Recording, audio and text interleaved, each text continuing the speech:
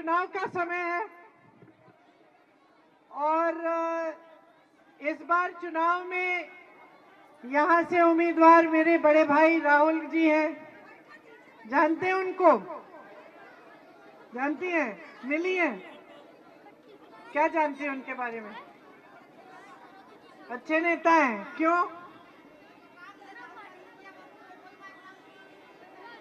कौन सा काम?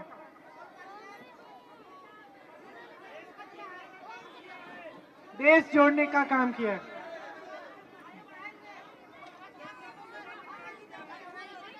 तो मेरे भाई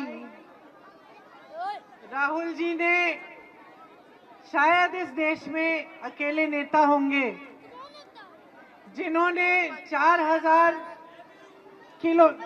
किलोमीटर की यात्रा, पैदल यात्रा की, सिर्फ आपकी समस्याओं को समझने के लिए, आपसे मिलने के लिए और ये समझने के लिए कि आपके लिए किस तरह की नीतियां बन सकती हैं। वो जब इस यात्रा पे निकले तो उनके दिल में ये बात थी कि आजकल देश में बहुत नफरत फैलाई जा रही है, समुदायों के बीच में, जातियों के बीच में, अलग अलग लोगों के बीच में। तो वो ये संदेश देना चाह रहे थे पूरे देश को कि ये देश एक है, हम सब एक बड़े परिवार की तरह हैं, हम सब उस परिवार के सदस्य हैं और साथ साथ जनता से मिलकर ये समझना चाह रहे थे कि आपकी सबसे बड़ी समस्याएं आज क्या है। तो जब वो इस यात्रा से आए तो उनको ये बात समझ में आई कि पिछले 10 सालों में सबसे ज्यादा अन्याय इस देश में देश के गरीब, देश के किसान, देश की महिलाओं के साथ हुआ है। उनको ये एहसास हुआ कि जो नरेंद्र मोदी जी की सरकार है, जो 10 सालों से चल रही है, उसकी सारी नीतियां जनता के विरोधी नीतियां हैं। जो नीतियां बन रही हैं वो सब बड़े बड़े खरबपतियों के फायदे के लिए बन रही हैं। जो देश का किसान है वो आज पिस रहा है, कमा नहीं पा रहा है खेती से, चाहे कितनी भी मेहनत कर ले, सब कुछ इतना महंगा हो गया है, खेती के सारे सामान महंगे हो गए हैं, उन पे जीएसटी टैक्स लग गई है, तो खेती से कमाई हो नहीं पा रही है। आप लोग मेहनत से अपने बच्चों को बड़ा करते हो, उनको पढ़ाते हो, लिखाते हो, चाहे कितना भी गरीब परिवार हो, आज सबसे पहला मकसद तो यही होता है कि बच्चे पढ़ लिख लें, क्योंकि फिर बच्चे बड़े होकर रोजगार लेंगे, कमा लेंगे, अच्छी नौकरी मिलेगी। लेकिन आज परिस्थितियां ये हैं कि आप मेहनत से पढ़ाते हैं, लिखाते हैं, फिर भी नौकरी की कोई संभावना नहीं है, रोजगार की कोई संभावना नहीं है, क्योंकि देश में 45 सालों में सबसे ज्यादा बेरोजगारी आज है जो मोदी जी की सरकार में है। और सबसे ज्यादा महंगाई भी, जिस तरह से आप लोग सब जानते हो कितनी महंगाई है, उसका सामना आप कर रहे हो।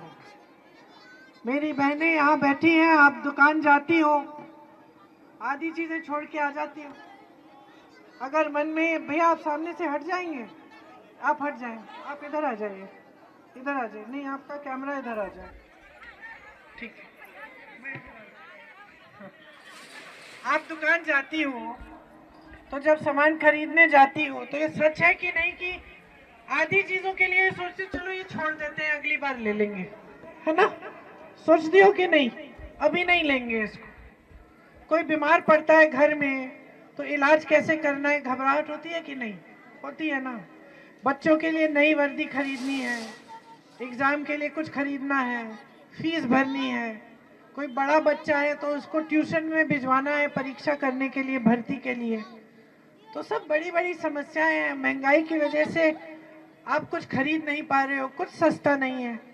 कोई सोच नहीं सकता था कि एक जमाने में अगर कोई कहता कि एक सिलेंडर 1200 का है, कोई सोच नहीं सकता था कि ऐसा होगा। मिट्टी का तेल इतना महंगा है,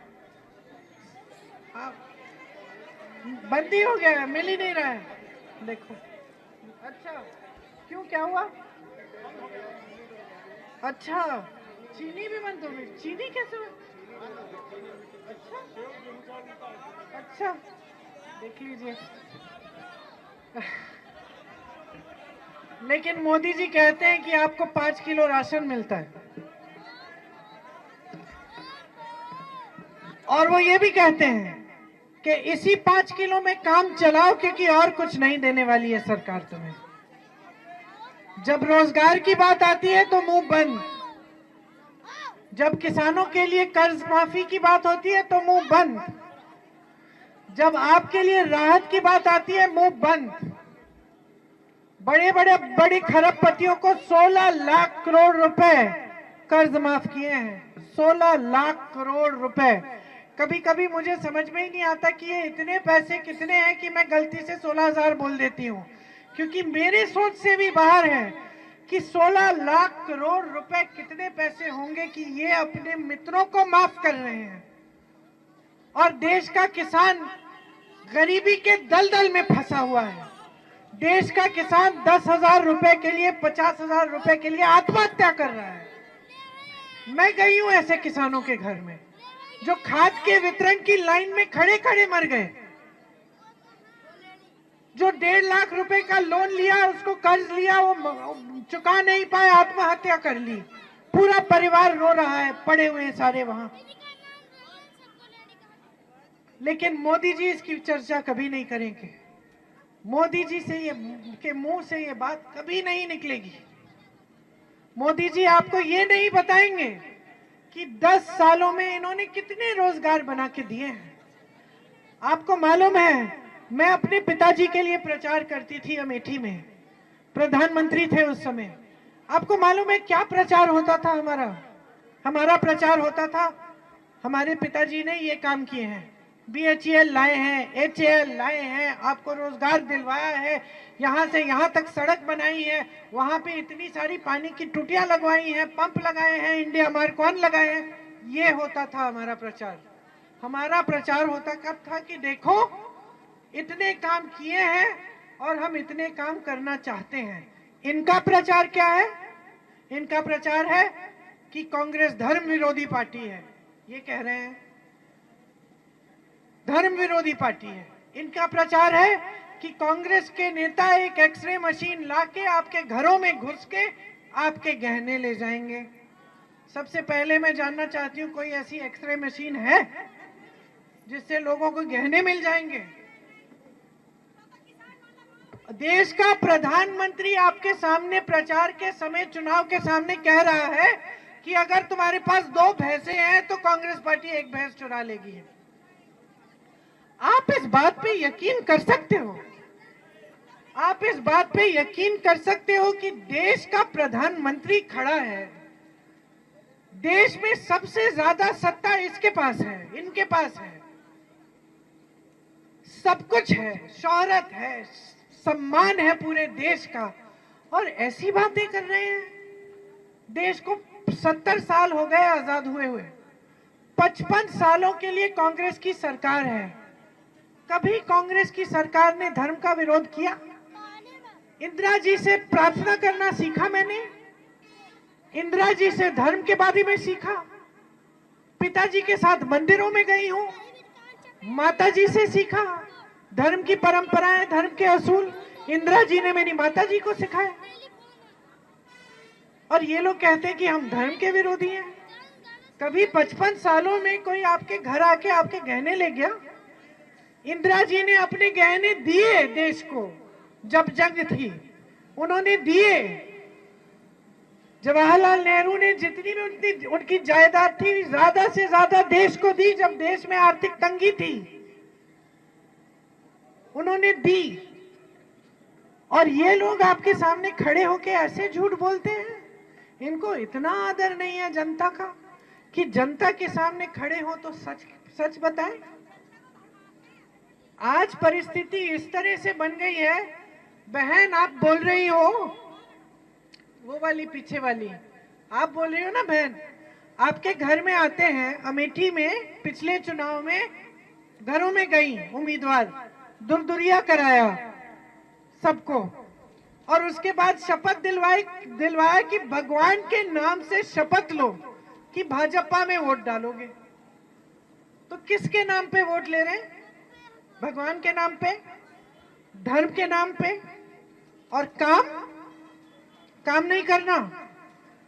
देखिए भगवान क्या चाहते हैं जनता से, क्या सिखाया है हमारे धर्म ने शुरू से, हमारी धार्मिक परंपरा क्या रही है? अच्छा क्या, अच्छे दिली, अच्छे के लिए अच्छा दिल होना चाहिए, सच्चाई बोलनी चाहिए, सत्य की परंपरा है। हम भगवान राम को क्यों पूजते हैं? भगवान राम जब रावण से लड़े तो सत्ता थी उनके पास, सत्ता को तो नहीं पूजते हम, सत्ता तो रावण के पास थी। बड़े बड़े सोने के रथ किसके पास थे? रावण के पास थे, भगवान राम के पास नहीं थे। भगवान राम वनवास में थे, भगवान राम तो छोटी सी कुटिया में रह रहे थे वनवास में। लेकिन हमारी श्रद्धा किसके साथ है? भगवान राम के साथ है, क्योंकि भगवान राम सत्य की लड़ाई लड़े हैं। क्योंकि भगवान राम किसी से भी मिलते थे, बड़ा आदमी हो, छोटा आदमी हो, गरीब हो, अमीर हो, भगवान राम श्रद्धा से मिलते थे, प्रेम से मिलते थे।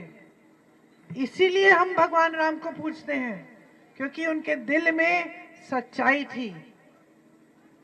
तो भगवान राम क्या चाहेंगे आज की देश की जनता से? क्या भगवान राम ये चाहेंगे कि झूठ बोलने वाले उनके नाम से आपका वोट ले? कि भगवान राम ये चाहेंगे कि आप जागरूक बनो, आप सच्चाई को समझो कि सत्य क्या है, आपको दिखाया क्या जा रहा है लेकिन असलियत क्या है, और उसके आधार पर, अपनी सच्चाई के आधार पर आप वोट दो। अब उतना तो आप कह रही हैं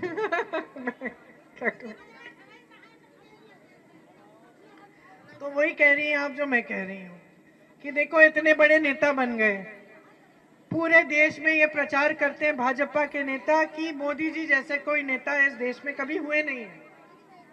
वो कहते हैं कि मोदी जी दुनिया के सबसे बड़े नेता हैं और दुनिया के जितने भी प्रधानमंत्री और बड़े बड़े नेता हैं वो मोदी जी की ओर दिशा निर्देश के लिए देख रहे हैं। कहते हैं कि नहीं? अब दीदी सुनो, मैं कह रही हूं कि अगर मोदी जी इतने बड़े नेता हैं, इतनी सत्ता है उनके पास, सब उनसे डरते हैं, कोई उनके सामने बोलने की हिम्मत ही नहीं रखता है, उनके पास इतनी सत्ता है, इतने साधन हैं, तो आज तक देश की बेरोजगारी को खत्म करने के लिए इन्होंने कुछ काम क्यों नहीं किया? कर सकते हैं, क्यों नहीं किया? किसानों का कर्ज माफ क्यों नहीं किया? बेरोजगारी को खत्म क्यों नहीं किया? महंगाई को कम क्यों नहीं किया? आज ये परिस्थिति क्यों है कि आपको मिट्टी की तेल नहीं मिल रही है, कि आपको चीनी नहीं मिल रही है? यही परिस्थिति क्यों बनी है इस देश में? अगर इस देश की अर्थव्यवस्था इतनी तेजी से आगे बढ़ रही है जितना ये टीवी वाले आपको दिखाते हैं, तो आपका जीवन खाई में क्यों है? देश की जनता तो आप ही है ना, है ना? तो अगर देश इतना फूल रहा है, फल रहा है, देश की अर्थव्यवस्था इतनी आगे बढ़ गई है, तो आपके जीवन में परिवर्तन क्यों नहीं आया है? तो भाजपा पार्टी जो है आज दुनिया की सबसे अमीर पार्टी बन गई है, दुनिया की सबसे अमीर पार्टी। हमारे और समाजवादी वाले जो नेता हैं, जो कार्यकर्ता हैं, इनसे पूछो, मुफ्त में काम करते हैं। मैं उनको बोलती हूँ जाओ काम करो, गांव में जाओ, ये वो पैसे थोड़ी मिलते हैं उनको, वेतन पे नहीं काम करते, मुफ्त में करते हैं, सेवा का काम करते हैं। भाजपा के जो है उनके बड़े बड़े ऑफिस बना दिए इन्होंने, सबको कुछ ना कुछ पैसा मिल रहा है। कैसे हुआ ये? दुनिया की सबसे बड़ी पार्टी कैसे बनी? अगर आप सबसे ईमानदार नेता हो तो कहां से आया ये पैसा?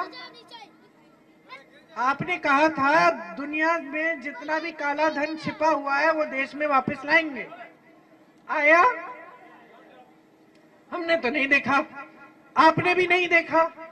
वो तो कहते थे जो जो आएगा उसमें से 15-15 लाख आपके खाते में जाएंगे। आए तो किसके खाते में गए? कहीं इनकी पार्टी के खाते में तो नहीं चले गए कि इतनी अमीर पार्टी बन गई कि इनके नेता इतने सक्षम बन गए। ये कहते हैं हम देश के सबसे ईमानदार नेता हैं, भ्रष्टाचार के खिलाफ अकेले लड़ रहे हैं, इसलिए ये सारी पार्टी इकट्ठी हो गई हैं। अगर ये सबसे ईमानदार नेता है तो ये से इतना चंदा कैसे ले रहे हैं इतने सारे लोगों से? गुजरात में एक पुल गिरा, सैकड़ों लोग मर गए, बह गए पानी में। उस पुल बनाने वाली कंपनी से चंदा किसने लिया? इन्होंने लिया। आपको वैक्सीन लगी, टीका लगा, कोविड वाला टीका लगा, सबको लगा, बच्चों को लगा, बड़ों को लगा, सबको लगा। हम सब उस समय सोच रहे थे कि भगवान जाने ठीक है कि नहीं, लेकिन हमने टीका ले लिया। प्रमाण पत्र मिला, मोदी जी का चेहरा था उस पे। उस कंपनी से 52 करोड़ चंदा लिया इन्होंने। आज पता चल रहा है कि तमाम लोग उस टीके को लेने से, काफी लोग हैं जिनका रिएक्शन हो रहा है, ऐसे गिर के मर रहे हैं। सबको घबराहट हो रही है, सबको घबराहट हो रही है। मुझे भी 2 टीके लगे। हम सब सोच रहे हैं कि भगवान जाने क्या था क्या नहीं था। उससे भी आपने चंदा लिया। आपने ऐसी कंपनियों से चंदा लिया जिसपे आप छापा मार रहे थे, चंदा ले लिया, छापे बंद कर लिए। ऐसी कंपनियों से लिया जिसपे आपने केस लगाए थे, चंदा लिया, केस ठंडे बस्ते में कर दिया। तो आप ईमानदार कहां से निकले? आपकी सच्चाई है सामने अब पूरे देश की, पूरा देश देख रहा है। जो वादे किए आपने रखे नहीं, जो बड़े इवेंट दिखाए जा रहे हैं देश को कि देश की बड़ी तरक्की हो रही है, वो तरक्की देशवासियों के घरों में तो आ नहीं रही है। आप महंगाई से इनको पीस रहे हो, कमा नहीं पा रहा है कोई, बेरोजगार तमाम युवा है। 30 लाख पद आपने खाली रखे हुए, किस लिए, किसको देंगे? खाली पद है, खाली नौजवान है, पद तो दे दो जो पड़े हैं, वो भी नहीं दिए। तो इस तरह से अगर सरकार चलेगी 5 साल और, तो इन्होंने तो पहले ही आपको बता दिया क्या करने जा रहे हैं। इनके नेता हर जगह जाके कहने लगे कि हम संविधान को बदलेंगे। ये बात फैलने लग गई, जनता समझने लग गई कि अगर संविधान बदल डाला इन्होंने तो हमारे अधिकार गए, हमारा आरक्षण गया, हमारे वोटों का अधिकार गया, जाने क्या क्या कर सकते हैं ये लोग। जब ये बात फैलने लग गई तो अचानक मोदी जी को लगा कि अरे अब वोट नहीं मिलेगा, क्योंकि जनता में ये बात फैल गई है तो जनता नाराज हो जाएगी। तो अब मंचों से कहने लगे हैं कि नहीं नहीं, हम संविधान को नहीं बदलेंगे। फिर तुमने अपने नेताओं से क्यों कहलवाया सब जगह? क्योंकि नियत तो तुम्हारी यही है, नियत तो यही है कि जनता के अधिकारों को कमजोर करो। इसका प्रमाण आपने देख लिया है। ये मीडिया खरी है, आजकल आपको कुछ सच्चाई नहीं दिखती टीवी पे। क्यों नहीं दिखती? क्योंकि सारी मीडिया की कंपनी बड़े बड़े खरबपतियों ने खरीद रखी है, तो आपको सच्चाई दिखाने वाला कोई नहीं रहा। आज आप जो टीवी पे देखते हैं उसको मानो मत, वो सच नहीं है। आज आपकी सच्चाई वही है जो आप जी रहे हैं, वही मिट्टी की तेल की किल्लत, वही चीनी की किल्लत, वही महंगाई, वही किसान के कर्ज, वही गरीबी की दलदल। ये है सच्चाई आज इस देश की। और सबसे घिनौनी सच्चाई ये है कि इस देश की सरकार को कोई परवाह नहीं है, इसका कोई परवाह नहीं है। प्रधानमंत्री जी कट चुके हैं आपसे। वाराणसी उनका संसदीय क्षेत्र है। मैं उनको चुनौती देती हूं कि मंच पे खड़े होकर बताएं कितने घरों में गए हैं वाराणसी के अंदर, कितने गरीबों के घर के अंदर गए हैं। मैं चुनौती देती हूं उनको कि बताएं कि वाराणसी में जितनी समस्याएं, वो जानते भी हैं क्या समस्याएं हैं। जो मल्लाहों की समस्या है, जो नाव की समस्या है वहां, वो जानते हैं। जो पट्टों की समस्या है जानते हैं, किसानों की समस्याएं आज जानते हैं। क्या वो समझ पाते हैं? कि किसान किस तरह जी रहा है। हर चीज के लिए बेटी की शादी करनी है कर्ज लेना पड़ता है, बच्चे को शिक्षा दिलवानी है कर्ज लेना पड़ता है, कर्ज चुकाया नहीं जाता है, खाद नहीं मिलती, वितरण केंद्र बंद है सरकारी, प्राइवेट में जाना पड़ता है, प्राइवेट में खाद नहीं मिलती, लंबी लंबी लाइन में खड़ा होना पड़ता है। क्या प्रधानमंत्री को बताने वाला कोई है भी? सारे सलाहकार डरपोक हैं, डरते हैं उनसे, चमचों से इर्द गिर्द भरे हुए हैं। चमचा तो वही बताता है जो सुनना चाहता है नेता। कट गए हैं एकदम आपसे। और इसका सबूत क्या है? आप जब टीवी पे प्रधानमंत्री को देखते हैं तो आपने कितनी बार देखा है कि कोई गरीब उनके पास आ रहा है, कि आपके बीच आ रहे हैं? आप तो उनको रोड शो पे भी देखते हैं तो ऐसी ट्रक पे चल रहे हैं, इस तरफ सुरक्षा कर्मी, उस तरफ सुरक्षा कर्मी, जनता तो उधर है। और अगर कोई आना भी चाहे तो ऐसे करके उसको आने देंगे कि जैसे वो कोई आतंकवादी हो कि उसको मारने जा रहे हैं। ये इस देश की परंपरा नहीं है।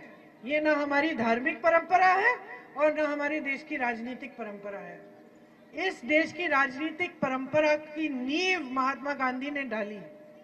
महात्मा गांधी सब चीज धर्म के आधार पर करते थे, मतलब सत्य का पथ को पकड़ा था और सत्य के पथ पे चलते थे। इतने बड़े साम्राज्य को शिकस्त देने वाले महात्मा गांधी इकलौते थे इस पूरी दुनिया में जिन्होंने अहिंसा, बगैर हिंसा किए इस साम्राज्य को पटका। इकलौते ऐसे नेता थे। जब महात्मा गांधी जी को गोली लगी तो उनके मुंह से क्या निकला? क्या निकला? हे राम, हे राम निकला। वो एकदम एक धार्मिक इंसान थे और इसीलिए उनको महात्मा का नाम दिया था। एक महान आत्मा थे जिसने इस देश की राजनीति का आधार डाला, नींव डाली। और वो नींव ये थी कि सत्य के पथ पे चलना है, सेवा करनी है और जनता को हर पल सर्वोपरि रखना है। यही इस देश की राजनीति रही है। इंदिरा गांधी प्रधानमंत्री थी, आपके घरों में आती थी। मैं छोटे से छोटे दूर दराज इलाकों के गांव में जाती हूँ तो कोई बुजुर्ग महिला या पुरुष मिलते हैं, कहते हैं कि तुम्हारी दादी यहाँ आई थी तुमसे पहले। आज सुविधा है, गाड़ी है, हवाई जहाज है, हेलीकॉप्टर है। उस समय कोई सुविधा भी नहीं थी लेकिन वो पहुंच जाती थी। उनकी फोटो है, हाथी पे चढ़ के जा रही है गांव में जहां रास्ता नहीं है, कि किसी न किसी तरह संकट में है मेरे लोग, किसी न किसी तरह से मुझे जनता के पास पहुंचना है। और आज ये प्रधानमंत्री जो आपकी संकटों के बारे में सुनना ही नहीं चाहते, आपके बीच आना ही नहीं चाहते। आप टीवी में देखते हैं साफ सुथरे कुर्ते पजामे में, एक बाल इधर से उधर नहीं, कोई इनके पास नहीं, उनकी परछाई ही दिखती है। बस ऐसे ऐसे दो चार नेताओं को भी नहीं खड़ा करते, सब दूर दूर रहते हैं उनसे। जनता से तो एकदम कट गए हैं। सच्चाई ये है कि अगर आज आप बदलाव नहीं लाओगे देश में तो ये देश जिस खाई में जा रहा है उससे निकलेगा नहीं। और मैं इसलिए कह रही हूं क्योंकि अलग अलग स्तर पे क्या हो रहा है। एक तो समाज में फूट डाली जा रही है, समाज में फूट डाली जा रही है, आपको डराया जाता है, आपको बहकाया जाता है, आपका ध्यान भटकाया जाता है, आपकी बात नहीं होती। आपकी बड़ी बड़ी समस्याएं हैं, उन समस्याओं की बात नहीं होती। महंगाई, बेरोजगारी, महिलाओं पे जो अत्याचार हो रहे हैं, ये सब बातें नहीं होती। बातें होती है फिजूल की। धर्म के नाम पे वोट लिया जा रहा है। सारे नेताओं की आदत बिगड़ गई है। सुन लीजिए, बच्चों की आदत आप ठीक कर लेती हैं। बच्चा गलत करता है, झूठ बोलता है, टोक देती हैं, थप्पड़ भी मार लेती है, कभी कभी डांटती है ना। नेताओं की आदत क्यों बिगड़ने दे रही है? नेता समझ गया है, चुनाव के समय में आऊंगा, धर्म की बात करूंगा, जनता के जज्बातों को उभारूंगा, वोट मिल जाएगा। मैं खुश, जनता जाए अपने घर और मुझे काम करने की कोई जरूरत नहीं है।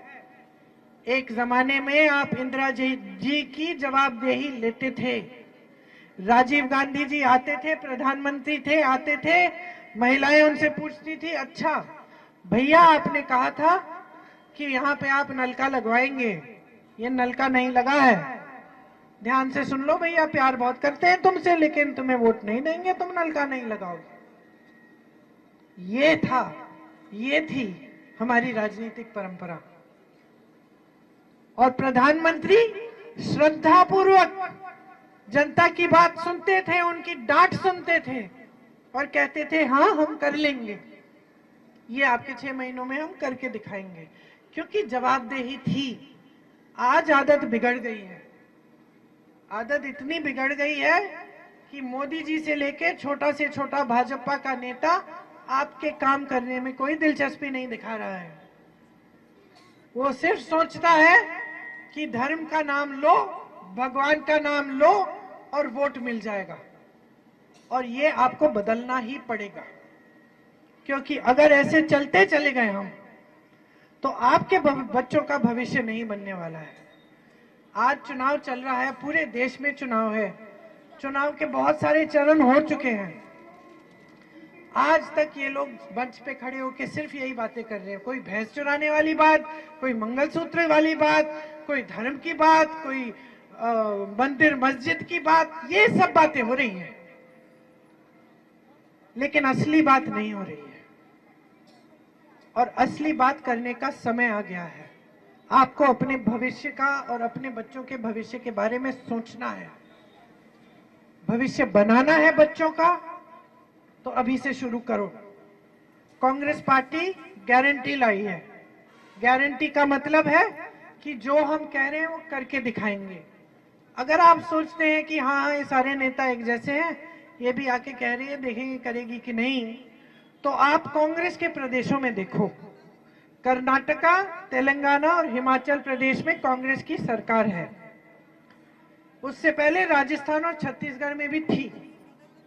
मैं आपको बताती हूँ और आप जानकारी कर लो, आप पता कर लो, कोई आपका रिश्तेदार या किसी जान पहचान का इन प्रदेशों में रह रहा है तो पूछो कि ये आवारा पशु की समस्या थी छत्तीसगढ़ में, कांग्रेस पार्टी ने इसको कैसे सुलझाया। गौशालाओं को इतना मजबूत कर दिया कि मेरी बहनें, वहां की बहनों को रोजगार मिल रहा था, गौशाला में 60-70 हजार रुपए कमा रही थी, सारी सुविधाएं थी, गोबर खरीदा जा रहा था। तो जब गोबर खरीदा जा रहा था तो लोग आवारा पशु को रख रहे थे, देखभाल कर रहे थे, क्योंकि गोबर बिक रहा है, आमदनी मिल रही है, तो हम देखभाल कर ही लेते हैं। तो ये समस्या ही खत्म हो गई।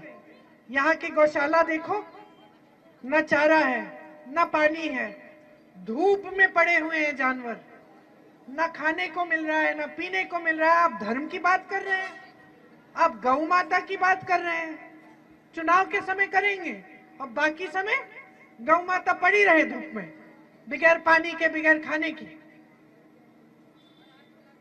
तो ये स्थिति है, तो आपको समझना पड़ेगा। कांग्रेस की जो गारंटी है उसमें महिलाओं के लिए सुन लीजिए, और बहुत भी है, ये पर्चा है आपके पास, इस पे भी लिखा है। मैं कह रही थी कि जहां जहां सरकार है वहां हमने पूरा किया है। कर्नाटका और तेलंगाना में जो गरीब परिवार हैं उसमें जो सबसे बड़ी महिला है उसके खाते में 2-2 हजार रुपए डाले जा रहे हैं आज के दिन। कर्नाटका में तो महिलाएं इतनी खुश हैं, मुझे इतनी खुशी होती है ये बात बताते हुए। सब जगह बस की यात्रा मुफ्त की है, तीर्थ यात्रा पे जा रही हैं, दूर दूर मंदिरों में जा रही हैं, मायके में जा रही हैं, अपने रिश्तेदारों से मिलने जा रही हैं, एकदम मुफ्त। ये कांग्रेस की सरकार कर रही है। यहाँ राजस्थान में कांग्रेस की सरकार 25 लाख का इलाज मुफ्त करा रही थी। हार्ट पेशेंट मिले मुझे, पूरी सर्जरी मुफ्त हुई, लाखों की थी। 25 लाख रुपए तक स्वास्थ्य का बीमा मिल रहा था, सारा इलाज मुफ्त था। ये सारे काम हो रहे हैं और हो रहे थे कांग्रेस की सरकारों में। आज हम जो गारंटी लाए हैं उसमें हम कह रहे हैं देश भर में गरीब परिवार की जो सबसे बड़ी महिला है उसके खाते में हम 1 लाख रुपए सालाना डालेंगे। ये बनता है हर महीने 8,500 रुपए। तो हर महीने 8,500 रुपए आपके खाते में जाएंगे ताकि आप बचत कर पाए, आप अपने परिवार के लिए कुछ कर पाए। आशा, आंगनवाड़ी और जो मिड डे मील वाली महिलाएं हैं उनका जो मानदेय है उसको बढ़ाया जाएगा। जो केंद्र का उसमें श्रेय है वो दुगना किया जाएगा। महिलाओं के लिए 50% सरकारी जो नौकरियां हैं वो महिलाओं को दी जाएंगी। नौजवानों के लिए जो स्नातक पास बच्चे हैं उनके लिए एक अप्रेंटिसशिप का प्रोग्राम आएगा ताकि जब तक आपको स्थायी रोजगार नहीं मिले तब तक आपको ऐसा रोजगार मिलेगा जिसमें आप सीख पाए कुछ, और साथ साथ आपको 1 लाख रुपए सालाना आपकी आमदनी हो जाएगी। इसके अलावा 5,000 करोड़ रुपए का फंड बनेगा, सरकार बनाएगी, जिससे अगर जो नौजवान अपना कारोबार खोलना चाहे या अपना छोटा बिजनेस बनाना चाहे उसकी सुविधा हो जाएगी, उसको उस फंड से पैसे मिलेंगे। ये जो पेपर लीक की समस्या है इसको खत्म करने के लिए एक सख्त कानून लाएंगे और एक पूरा जॉब का कैलेंडर बनेगा कि कब पेपर होगा, कब रिजल्ट आएगा, कब नियुक्ति होगी। उससे इधर उधर कोई अधिकारी करने की कोशिश करेगा तो उस पर सख्त कार्रवाई होगी। पूरे देश में श्रमिकों का शोषण होता है। ठेकेदार ठीक वेतन नहीं देते। हम कह रहे हैं कि श्रमिकों के लिए एक न्यूनतम 400 रुपए प्रतिदिन का वेतन मिलना ही पड़ेगा। ये कानून बनेगा, ये आपका अधिकार बनेगा। इसके साथ साथ 30 लाख पद खाली पड़े हैं सरकारी, इनको भरने का काम कांग्रेस करेगी, जो मोदी जी ने नहीं किया है। किसानों के लिए जितने भी सामान आप खेती के लिए इस्तेमाल कर रहे हो वो हम जीएसटी से मुक्त करेंगे। हमने पहले भी किसानों के कर्ज माफ किए हैं, छत्तीसगढ़ में किए, राजस्थान में किए। हम पूरे देश भर में एक किसानों के कर्ज का एक स्थायी आयोग बनाएंगे ताकि जब आप कर्ज में हैं, डूबे हैं और आपको सहायता की जरूरत है, आप उस आयोग में जाकर सहायता पा सकेंगे। एमएसपी जो है, जो न्यूनतम समर्थन मूल्य है, वो कानूनी अधिकार बन जाएगा किसानों का। जो भी सरकार आएगी हमारे बाद, वो कानून होगा कि आपको न्यूनतम समर्थन मूल्य देना ही पड़ेगा, कोई सरकार पीछे हट नहीं पाएगी। इसके अलावा भी बहुत सारी ऐसी गारंटी हैं जो सारी मुझे याद नहीं है, इन पत्रों में आपको मिलेंगी, आप इनको ध्यान से पढ़िए। हमने करके दिखाया और हम करके दिखाएंगे। मैं कहना चाहती हूं जाने से पहले कि मेरी माताजी ने आपकी सेवा की, मेरी दादी जी ने आपकी सेवा की, दादाजी ने भी की, उनसे पहले पंडित नेहरू जी ने भी यहाँ पे किसानों के साथ आंदोलन किया, गिरफ्तार हुए, उनके पिताजी भी गिरफ्तार हुए। मेरे पिताजी ने अमेठी क्षेत्र में खूब सेवा की, इंदिरा जी शहीद हुई, उस समय आप ही की सांसद थी, पिताजी भी शहीद हुए, उस समय अमेठी के सांसद थे।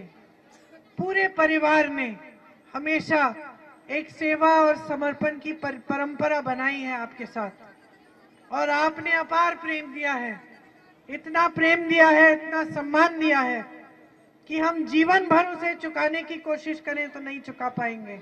हमारी पीढ़ी दर पीढ़ी चुकाने की कोशिश करेगी तो नहीं चुका पाएगी। हम आपके प्रेम और आपके समर्थन के लिए बहुत आभारी हैं। मैं आपसे कहना चाहती हूं कि मेरे भाई, अगर आपके सांसद बनेंगे तो दिन रात एक करेंगे, आपके लिए कंधे से कंधे मिलाकर आपकी समस्याओं को सुलझाने के लिए काम करेंगे, आपके लिए खड़े होंगे। उनके चरित्र के बारे में कुछ बताना चाहती हूँ।